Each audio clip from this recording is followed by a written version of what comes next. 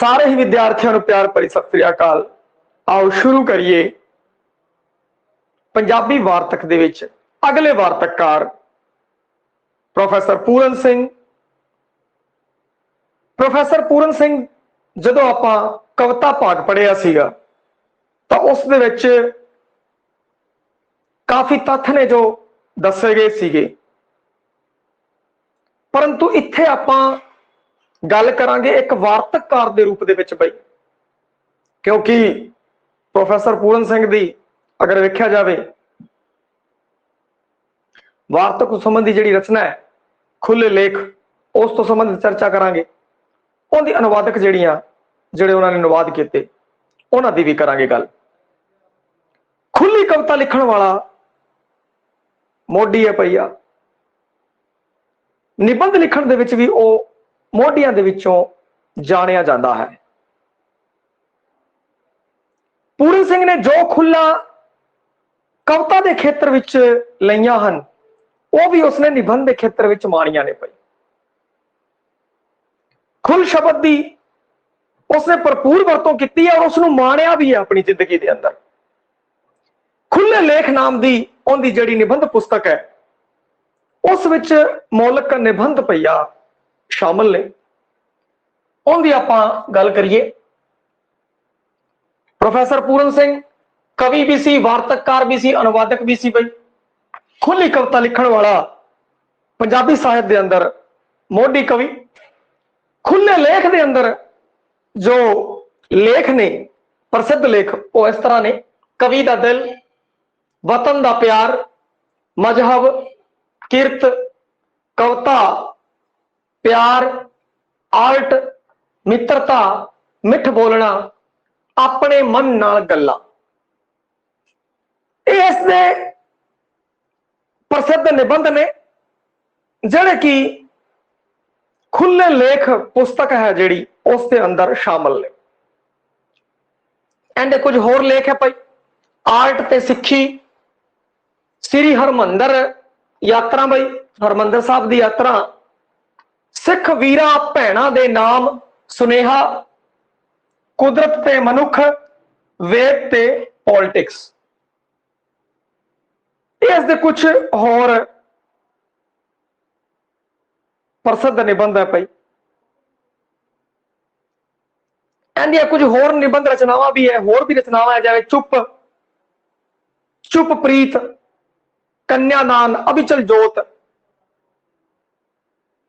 होर इसने प्रोफैसर पूरन सिंह दी जिहड़ी वार्तक रचना सी वो धार्मिक प्रचार तो मुक्त सी। भाई प्रचार तो मुक्त सी। धार्मिकता तो संबंधित लेख लिखे है, पर उनका खुला प्रचार अगर आप कह दी तो वो इन्ना वध नहीं है। प्रोफैसर पूरन सिंह की जिहड़ी भाषा है वो केंद्री पंजाबी है भाई, पर उससे पोठाहारी शब्दावली का प्रभाव है, क्योंकि उत्थे तो जंपल सी, तो प्रभाव पैना सी भाई। भाषा केंद्री पंजाबी पर प्रभाव है जिहड़ा वो पोठेहारी शब्दावली का है। अंग्रेजी का चंगा जानकार सीगा भाई, तो अंग्रेजी फारसी शब्दावली की वरतों भी इसने की है। मौलिक, दलीलमई, काव्यमई शैली इसकी विलक्षण पछाण है। जिवें वार्तक दे विच भी जिहड़ी इहदी शैली है काव्यमई शैली है, खुली कविता जिहड़ी शैली वरतदा है वो वार्तक दे विच भी वरत लैंदा है। जिवें हस के गुजारी देहो, साई नाल लाई नेहो। एक होर नमूना वेखदे हैं, प्यार मल्लो मल्ली राह जांदियां लगदे हन, नेहो ना लगदे जोरी। तो देखो वार्तक दियां लैना है, परंतु की है कविता जापदी है। इन्हें कुछ पुस्तकों का अनुवाद भी किया है। उनकी गल करिए, hero and hero worship. Hero and hero worship जिहड़ी किताब का रचयिता है वो है कारलाइल, परंतु इसने अनुवाद किया पंजाबी च कलाधारी पूजा। हीरो एंड हीरो वर्कशिप, कलाधारी पूजा नाम हेठ अनुवाद किया। एमरसन के जिहड़े निबंध ने उन्होंने अभिचल जोत ਦੇ ਨਾਮ ਹੇਠ ਅਨੁਵਾਦ ਕੀਤਾ ਤੇ ਕੁਝ ਹੋਰ ਪੁਸਤਕਾਂ ਵੀ ਅਨੁਵਾਦ ਇਸ ਨੇ ਕੀਤੀਆਂ ਨੇ, ਜਿੰਦੇ ਵਿੱਚ ਹੈ ਬੋਣੇ ਬੂਟੇ, ਮੋਲਾ ਸ਼ਾਹ, ਸੋਹਣੀ। ਇਹ ਜਿਹੜੀਆਂ ਇਹਦੀਆਂ ਅਨੁਵਾਦਿਤ ਪੁਸਤਕਾਂ ਨੇ। ਟੋਲਸਟਾਏ ਦੀ ਪੁਸਤਕ ਹੈ ਭਾਈ, ਉਸਦਾ ਵੀ ਮੋਇਆ ਦੀ ਜਾਗ ਨਾਮ ਹੇਠ ਅਨੁਵਾਦ ਕੀਤਾ ਹੈ। ਇਸ ਦੀ ਸਵੈ ਜੀਵਨੀ ਹੈ on the path of life, path of life, ਜ਼ਿੰਦਗੀ ਦੇ ਰਾਹਾਂ ਤੇ, ਇਹਦੀ ਪੰਜਾਬੀ ਚ ਬਣਦਾ ਹੈ ਭਾਈ। ਹੋਰ ਗੁਰਬਖਸ਼ ਸਿੰਘ ਪ੍ਰੀਤਲੜੀ ਨੇ ਔਨ ਪਾਥ ਆਫ ਲਾਈਫ ਦਾ ਪੰਜਾਬੀ ਚ ਅਨੁਵਾਦ ਕੀਤਾ ਔਰ ਨਾਮ ਰੱਖਿਆ ਜ਼ਿੰਦਗੀ ਦੇ ਰਾਹਾਂ ਤੇ। ਔਨ ਪਾਥ ਆਫ ਲਾਈਫ ਸਵੈ ਜੀਵਨੀ ਦਾ ਪੰਜਾਬੀ ਚ ਅਨੁਵਾਦ ਕਰਨ ਵਾਲਾ ਲੇਖਕ ਗੁਰਬਖਸ਼ ਸਿੰਘ ਪ੍ਰੀਤਲੜੀ, ਨਾਮ ਜ਼ਿੰਦਗੀ ਦੇ ਰਾਹਾਂ ਤੇ। ਉਸਨੇ ਤਾਂ ਭਾਈ ਔਨ ਪਾਥ ਆਫ ਲਾਈਫ ਅੰਗਰੇਜ਼ੀ ਦੇ ਵਿੱਚ ਲਿਖੀ ਸੀ। ਹੋਰ ਪੂਰਨ ਸਿੰਘ ਦੀ ਵਾਰਤਕ ਦਾ ਸੰਪਾਦਨ ਜਿਹੜਾ ਕੀਤਾ, ਜਿਹੜੀ ਉਹਨੇ ਵਾਰਤਕ ਲਿਖੀ, ਉਹਦਾ ਸੰਪਾਦਨ ਕੀਤਾ ਹੈ ਮਹਿੰਦਰ ਸਿੰਘ ਰੰਧਾਵਾ ਨੇ। ਪੂਰਨ ਸਿੰਘ ਨੇ ਨਿਵੇਕਲੀ ਤੇ ਖੁੱਲੀ ਸ਼ੈਲੀ ਦੀ ਸਥਾਪਨਾ ਕੀਤੀ। ਉਹਨਾਂ ਨੇ ਧਾਰਮਿਕ ਪ੍ਰਚਾਰ ਤੇ ਇਤਿਹਾਸਕ ਬਿਰਤੀਆਂ ਤੋਂ ਮੁਕਤ ਅਤ ਲੌਕਿਕ ਸਰੂਪ ਵਾਲੀ ਵਾਰਤਕ ਰਚਨਾ ਕੀਤੀ ਹੈ। ਹੋਰ ਜੈਦੇਵ ਦੀ ਰਚਨਾ ਜਿਹੜੀ ਗੀਤ ਗੋਵਿੰਦ ਹੈ, ਗੀਤ ਗੋਵਿੰਦ ਪੋਪੂਲਰ ਰਚਨਾ ਹੈ ਜੈਦੇਵ ਦੀ, ਤੁਸੀਂ ਰਾਜਸਥਾਨ ਜੀਕੇ ਦੇ ਅੰਦਰ ਪੜਿਆ ਹੋਵੇਗਾ। ਗੀਤ ਗੋਵਿੰਦ ਰਚਨਾ ਜੈਦੇਵ ਦੇ, ਉਹਦਾ ਪੰਜਾਬੀ ਰੂਪਾਂਤਰਣ ਵੀ ਕੀਤਾ ਭਾਈ ਇਸ ਸ਼ਖਸ ਨੇ। ਹੋਰ ਜਿਹੜਾ ਦਵਿੰਦਰ ਸਥਿਆਰਥੀ ਸੀ, ਉਹਨੇ ਪੂਰਨ ਸਿੰਘ ਦੇ ਹਿੰਦੀ ਲੇਖਾਂ ਨੂੰ ਕੰਨਿਆਦਾਨ ਤੇ ਹੋਰ ਲੇਖਾਂ ਹੇਠ ਉਲਥਾਇਆ, ਅਨੁਵਾਦ ਕੀਤਾ। ਪੂਰਨ ਸਿੰਘ ਦੇ ਹਿੰਦੀ ਲੇਖਾਂ ਨੂੰ ਕੰਨਿਆਦਾਨ ਤੇ ਹੋਰ ਲੇਖਾਂ ਹੇਠ ਅਨੁਵਾਦ ਕੀਤਾ। ਉਹ ਅਨੁਵਾਦਕ ਸੀਗਾ ਦਵਿੰਦਰ ਸਥਿਆਰਥੀ ਭਾਈ। ਫਸਟ ਗ੍ਰੇਡ ਦੇ ਵਿੱਚ ਆਪਾਂ ਇਸ ਨੂੰ ਪੜਾਂਗੇ ਵਾਰਤਕਕਾਰ ਦੇ ਅੰਦਰ ਭਾਈ, ਦਵਿੰਦਰ ਸਥਿਆਰਥੀ ਨੂੰ। ਪੂਰਨ ਸਿੰਘ ਨੇ ਗਿਆਨ, ਵਿਗਿਆਨ, ਅਧਿਆਤਮਕ, ਸਾਹਿਤ, ਮਨੋਵਿਗਿਆਨ ਤੇ ਵਿਸ਼ਵ ਚਿੰਤਨ ਦੇ ਵਿਸ਼ੇ ਛੋਹੇ ਪਏ, ਕਿਉਂਕਿ ਇਹਦਾ ਦਾਇਰਾ ਬਹੁਤ ਵੱਡਾ ਸੀ ਭਾਈ, ਇੰਟਰਨੈਸ਼ਨਲ ਦਾਇਰਾ, ਬੜੇ ਦੇਸ਼ਾਂ ਵਿਦੇਸ਼ਾਂ ਵਿੱਚ ਘੁੰਮਿਆ ਸੀਗਾ। ਇਹਦੀ ਜੀਵਨੀ ਦੇ ਪੜਾਅ ਦੇ ਬਾਰੇ ਵੀ ਤੁਹਾਨੂੰ ਥੋੜਾ ਦੱਸਿਆ ਸੀ ਮੈਂ, ਜੀਵਨ ਦੇ ਪੜਾਅ ਬਾਰੇ। ਕਵਿਤਾ ਭਾਗ ਵਾਲਾ ਵੀਡੀਓ ਵੇਖ ਲਿਓ, ਉਸ ਵਿੱਚ ਦੱਸਿਆ ਕਿੱਥੇ ਕਿੱਥੇ ਗਿਆ, ਕਿਵੇਂ ਉਹ ਬੁੱਧ ਬਣਿਆ, ਜਾਪਾਨੀ ਦੇ ਪ੍ਰਭਾਵ ਚ ਰਿਹਾ ਬੁੱਧ ਚ, ਫਿਰ ਕਿਵੇਂ ਸਿੱਖ ਧਰਮ ਦੇ ਆਇਆ ਵੀਰ ਸਿੰਘ। ਇਹ ਸਾਰੀ ਕਹਾਣੀ ਹੈ ਜੋ ਉਸ ਵਿੱਚ ਦਿੱਤੀ ਦੀ ਹੈ, ਇੱਥੇ ਦੁਬਾਰਾ ਰਿਵੀਜ਼ਨ ਰਿਪੀਟ ਕਰਨ ਦੀ ਲੋੜ ਨਹੀਂ ਹੈ। ਪੰਜਾਬੀ ਚ ਸਾਹਿਤਕ ਤੇ ਪ੍ਰਮਾਣਿਕ ਨਿਬੰਧ ਲਿਖਣ ਦੀ ਪਰੰਪਰਾ ਸ਼ੁਰੂ ਕੀਤੀ ਉਸਨੇ। ਨਾ ਕੇਵਲ ਪੰਜਾਬੀ ਦਾ ਬਲਕਿ ਹਿੰਦੀ ਦਾ ਵੀ ਮੋਢੀ ਨਿਬੰਧਕਾਰਾਂ ਵਿੱਚੋਂ ਮੰਨਿਆ ਜਾਂਦਾ ਹੈ। ਉਹ ਪ੍ਰਭਾਵਿਤ ਸੀਗਾ ਵਾਲਟ ਵਿਟਮੈਨ ਤੋਂ, ਗੇਟੇ ਤੋਂ, ਐਮਰਸਨ ਤੋਂ, ਟੋਲਸਟੋਏ ਤੋਂ, ਕਾਰਲਾਈਲ ਤੋਂ, ਰਸਕਿਨ ਤੋਂ ਪ੍ਰਭਾਵਿਤ ਸੀਗਾ। ਵੈਸੇ ਆਪਾਂ ਨੂੰ ਇੱਥੋਂ ਹੀ ਪਤਾ ਲੱਗ ਰਿਹਾ ਜਦੋਂ ਅਗਲਾ ਕਾਰਲਾਈਲ ਦਾ ਅਨੁਵਾਦ ਕਰ ਰਿਹਾ, ਅਗਲਾ ਐਮਰਸਨ ਦੀ ਪੁਸਤਕ ਦਾ ਅਨੁਵਾਦ ਕਰ ਰਿਹਾ, ਅਗਲਾ ਟਾਲਸਟਾਏ ਦੀ ਪੁਸਤਕ ਦਾ ਅਨੁਵਾਦ ਕਰ ਰਿਹਾ, ਤਾਂ ਬਈ ਇੱਥੋਂ ਪਤਾ ਲੱਗ ਗਿਆ ਨਾ ਆਪਾਂ ਨੂੰ ਟੋਲਸਟਾਏ ਤੋਂ, ਕਾਰਲਾਈਲ ਤੋਂ, ਐਮਰਸਨ ਤੋਂ ਪ੍ਰਭਾਵਿਤ ਹੈ। ਹੁਣ ਤਿੰਨ ਤਾਂ ਆਪਾਂ ਇੱਥੋਂ ਹੀ ਚੱਕ ਰਹੇ ਨਾ, ਜਿਹੜੇ ਆਪਾਂ ਨੂੰ ਗਿਆਨ ਹੈਗਾ, ਨੌਲੇਜ ਹੈ, ਉੱਥੋਂ ਹੀ ਚੱਕ ਲਓ। ਬਾਕੀ ਜਿਹੜੇ ਰਹਿ ਗਏ ਵਾਲਟ ਵਿਟਮਨ ਤੇ ਗੈਟੇ, ਰਸਕਿਨ, ਇਹ ਤੁਸੀਂ ਵੱਖਰੇ ਤੌਰ ਤੇ ਧਿਆਨ ਕਰ ਲਿਓ। ਤੇ ਕਿਰਪਾਲ ਕਸੇਲ ਸੀ ਜਿਸਨੇ, ਉਸਨੇ ਪੂਰਨ ਸਿੰਘ ਦੀ ਜੀਵਨੀ ਦਾ ਰਾਜਹੰਸ ਨਾਮ ਤੋਂ, ਰਾਜਹੰਸ ਬਈ, ਰਾਜਹੰਸ ਨਾਮ ਤੋਂ ਲਿਖੀ। ਕਿਰਪਾਲ ਕਸੇਲ ਨੇ ਪੂਰਨ ਸਿੰਘ ਦੀ ਜੀਵਨੀ ਲਿਖੀ ਹੈ ਬਈ, ਇਹ ਲਿਖੀ ਸੀ ਕਸੇਲ ਨੇ, ਪੂਰਨ ਸਿੰਘ ਦੀ ਜੀਵਨੀ ਰਾਜਹੰਸ ਦੇ ਨਾਂ ਤੋਂ ਲਿਖੀ ਹੈ। ਇਹ ਸੀ ਪ੍ਰੋਫੈਸਰ ਪੂਰਨ ਸਿੰਘ। ਇਸ ਬਾਰੇ ਕਵਿਤਾ ਭਾਗ ਚ ਆਪਾਂ ਕਾਫੀ ਕੁਝ ਪੜ੍ਹਿਆ ਹੈ। ਹੁਣ ਆਪਾਂ ਪੜ੍ਹਦੇ ਹਾਂ ਨੱਥੂ ਰਾਮ ਜੀ ਬਾਰੇ। ਪ੍ਰੋਫੈਸਰ ਸਾਹਿਬ ਸਿੰਘ ਗੁਰਬਾਣੀ ਦਾ ਪਾਣੀਨੀ ਕਹਿੰਦੇ ਇਸ ਨੂੰ, ਕਿਉਂਕਿ ਗੁਰਬਾਣੀ ਬਾਰੇ ਕਾਫੀ ਕੁਝ ਲਿਖਿਆ ਹੈ। ਹੋਰ ਕਈ ਘੰਟੇ ਲਗਾਤਾਰ ਰਿਸਰਚ ਕਰਨਾ, ਪੜ੍ਹਨਾ ਉਹਨਾਂ ਦੀ ਖਾਸੀਅਤ ਸੀਗੀ ਭਾਈ। ਵੈਸੇ ਹਰੀ ਵਿਦਵਾਨ ਜਿਹੜਾ ਆਪਣਾ ਸੀ ਉਹ ਵਾਕਈ ਹੀ ਖਾਸ ਸੀਗਾ ਭਾਈ। ਪ੍ਰੋਫੈਸਰ ਸਾਹਿਬ ਸਿੰਘ ਨੇ ਬਹੁਤ ਜ਼ਿਆਦਾ ਵਰਕ ਕੀਤਾ ਹੈ ਭਾਈ, ਨਜਿੱਠ ਕੇ ਰਿਸਰਚ ਦੇ ਵਿੱਚ। ਹੋਰ ਵਿਸ਼ਾ ਜਿਹੜਾ ਗੁਰੂ ਗ੍ਰੰਥ ਸਾਹਿਬ ਦੇ ਉੱਤੇ। ਨਾਮ ਨੱਥੂ ਰਾਮ ਜੀ ਗੁਰਬਾਣੀ ਦੇ ਉੱਤੇ ਬਹੁਤ ਸਾਰਾ ਕੰਮ ਕੀਤਾ ਹੈ, ਇਸ ਕਾਰਨ ਗੁਰਬਾਣੀ ਦਾ ਪਾਣੀਨੀ ਵੀ ਕਹਿੰਦੇ ਆ ਭਾਈ, ਕਿਉਂਕਿ ਹਿੰਦੀ ਸਾਹਿਤ ਦੇ ਅੰਦਰ ਪਾਣੀਨੀ ਮਸ਼ਹੂਰ ਹੈ, ਪਰੰਤੂ ਪੰਜਾਬੀ ਸਾਹਿਤ ਦਾ ਜਿਹੜਾ ਪਾਣੀਨੀ ਹੈ ਉਹ ਹੈਗਾ ਹੈ ਪ੍ਰੋਫੈਸਰ ਸਾਹਿਬ ਸਿੰਘ। उसने गुरबाणी का टीका गुरबाणी व्याकरण लिखण का कारज किया उसने, इस कारण उसनों पानी नहीं कहते गुरबाणी इन्ना ज्यादा काम करने के कारण।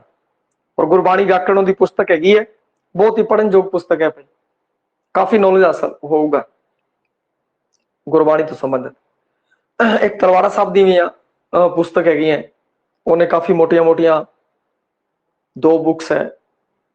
वो भी अगर गुरबाणी व्याकरण तुम सीखना है भाई किवें सियारी लगती है किवें औंकड़ लगता है, इस बारे अगर तुम जानकारी लैनी है भाई गुरबाणी के अंदर जिहड़ियां मात्रावां कई लगियां दी वो क्यों लगियां दी वो उन्होंने पिछे किहड़ा व्याकरण कारज करता है। मध्यकाल का व्याकरण सीगा, उनका सिस्टम होर सीगा, उसनूं फॉलो के करते सीगे, गुरु साहबां ने फॉलो किया।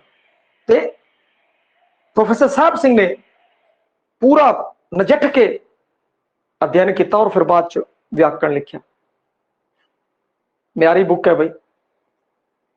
रचनावां दी अगर गल करिए तो गुरबाणी व्याकरण जिंदी मैं गल की सी, इन्नी मोटी बुक है और सस्ती बहुत हैगी है, क्योंकि जिहड़े इन्ने वड्डे वड्डे रिसर्चर होंदे हैं इन्हां पैसा नहीं कमाना आउंदा, वो तो कहते साडी किताब है जिहड़ी लोग पढ़न, नॉलेज होवे उन्हां नूं।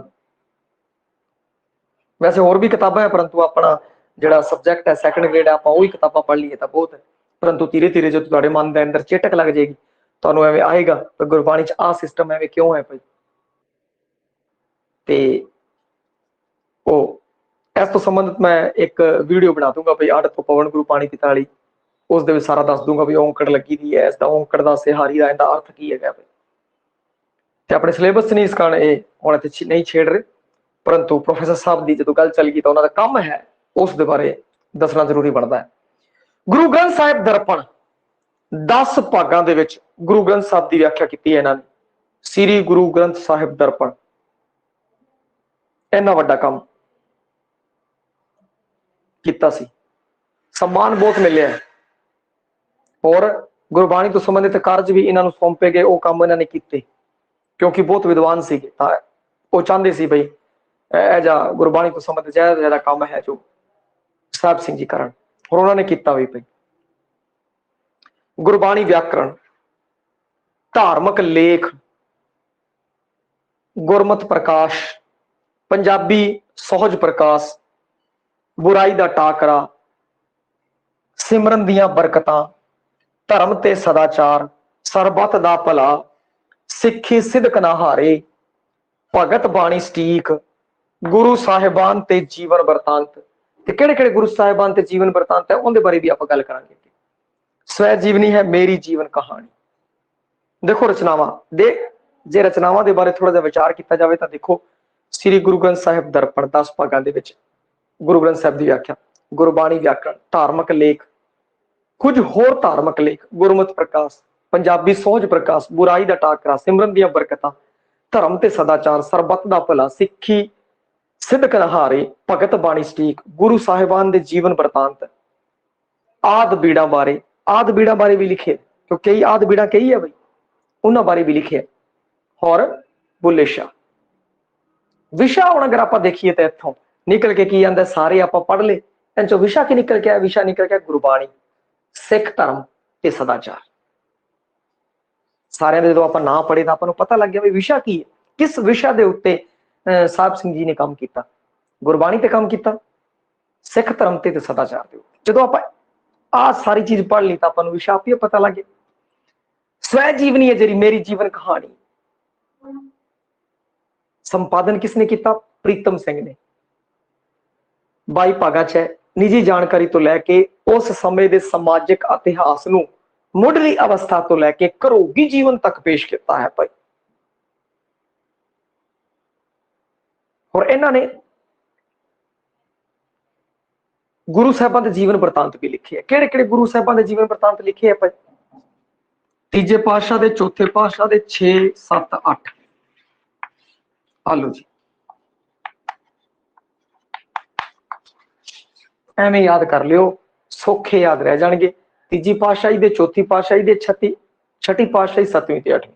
नाम मैं दस देना, श्री गुरु अमरदास जी, चौथी पातशाह श्री गुरु रामदास जी, छठी पातशाह श्री गुरु हरगोबिंद साहब जी, हरकृष्ण हर राय, हर राय हरकृष्ण भाई, ठीक है। ਤੇ ਅਰਦਾਸ ਦੇ ਵਿੱਚ ਨਾਮ ਆਉਂਦੇ ਹੈ, ਜਿਨ੍ਹਾਂ ਨੂੰ ਅਰਦਾਸ ਯਾਦ ਹੈ ਉੱਥੋਂ ਕਰ ਲੈਣਗੇ। ਹਰਗੋਬਿੰਦ, ਹਰ ਰਾਏ, ਹਰਕ੍ਰਿਸ਼ਨ ਜੀ, ਲਗਾਤਾਰ ਤਿੰਨੋਂ ਹੈਗੇ ਆ ਬਈ 6 7 8 ਨੰਬਰ, ਔਰ ਤੀਜਾ ਚੌਥਾ ਹੈ। ਇਸ ਦੇ ਉੱਤੇ ਆਹ ਧਿਆਨ ਰੱਖਣਾ, ਅਰਜੁਨ ਦੇਵ ਜੀ ਬਾਰੇ ਨਹੀਂ ਲਿਖਿਆ ਹੋਇਆ, ਗੁਰੂ ਨਾਨਕ ਦੇਵ ਜੀ ਬਾਰੇ ਨਹੀਂ ਲਿਖਿਆ ਹੋਇਆ। ਆਪਸ਼ਨ ਦੇ ਵਿੱਚੋਂ ਆ ਸਕਦੇ ਤੇ ਆਪਾਂ ਫਿਰ ਕਿਤੇ ਗੱਚਾ ਖਾ ਜਾਈਏ, ਤੇ ਇਸ ਦਾ ਧਿਆਨ ਰੱਖਣਾ। ਉਹਨਾਂ ਦੀ ਜਿਹੜੀ ਦ੍ਰਿਸ਼ਟੀ ਸੀ ਨਾ ਕੱਟੜ ਸੀ ਨਾ ਅੰਧ ਵਿਸ਼ਵਾਸੀ ਸੀ, ਬਲਕਿ ਵਿਰੋਧੀ ਵਿਚਾਰਾਂ ਦੀ ਤੁਲਨਾ ਰਾਹੀਂ ਸਮੱਸਿਆਵਾਂ ਦਾ ਹੱਲ ਪੇਸ਼ ਕੀਤਾ ਹੈ। ਉਹਨਾਂ ਨੇ ਦਲੀਲ ਦਿੱਤੀ ਹੈ, ਤਰਕ ਦਿੱਤੇ ਹੈ। ਦਲੀਲ ਯੁਕਤ ਆਧੁਨਿਕ ਸ਼ੈਲੀ ਦਾ ਕਾਰਨ ਗਿਆਨ ਵਿਗਿਆਨ ਤੇ ਮਨੋਵਿਗਿਆਨ ਤੋਂ ਜਾਣੂ ਹੋਣਾ ਹੈ। ਐਵੇਂ ਨਹੀਂ ਕਿ ਸਿੱਧੀ ਅੰਧ ਭਗਤੀ ਚ ਲਿਖਤਾ ਉਹਨਾਂ ਨੇ ਸਾਰਾ ਕੁਝ, ਨਹੀਂ। ਉਹਨਾਂ ਨੇ ਜੋ ਵੀ ਤੱਥ ਕੱਢੇ, ਜੋ ਵੀ ਉਹਨਾਂ ਨੇ ਲਿਖਿਆ, ਉਹ ਦਲੀਲ ਯੁਕਤ ਆਧੁਨਿਕ ਸ਼ੈਲੀ ਦੇ ਉੱਤੇ ਲਿਖਿਆ। ਕੋਈ ਉਹਨਾਂ ਨੇ ਕਿਸੇ ਪ੍ਰਕਾਰ ਦੀ ਗੱਪ ਨਹੀਂ ਠੋਕੀ ਬਈ ਕਈ ਪਿਆਰ ਦੇ ਵਿੱਚ ਅੰਧੇ ਹੋ ਕੇ ਉਸ ਪਰਮਾਤਮਾ ਦੀ ਬਹੁਤ ਕੁਝ ਲਿਖ ਦਿੰਦੇ ਆ ਭਾਈ। ਪਰੰਤੂ ਇਹਨਾਂ ਨੇ ਦਲੀਲ ਯੁਕਤ ਤਰਕਮਈ ਜਿਹੜੀ ਹੈ ਉਹ ਸ਼ੈਲੀ ਵਰਤੀ, ਕਿਉਂਕਿ ਗਿਆਨ ਵਿਗਿਆਨ ਤੇ ਮਨੋਵਿਗਿਆਨ ਤੋਂ ਜਾਣੂ ਸੀ ਚੰਗੀ ਤਰ੍ਹਾਂ। ਇਸ ਕਾਰਨ ਹਾਂ ਬਈ ਆ ਸੀਗਾ ਅੱਜ ਦਾ ਟੌਪਿਕ। ਵਾਰਤਾਕਾਰਾਂ ਦੀ ਅਗਲੀ ਕੜੀ ਚ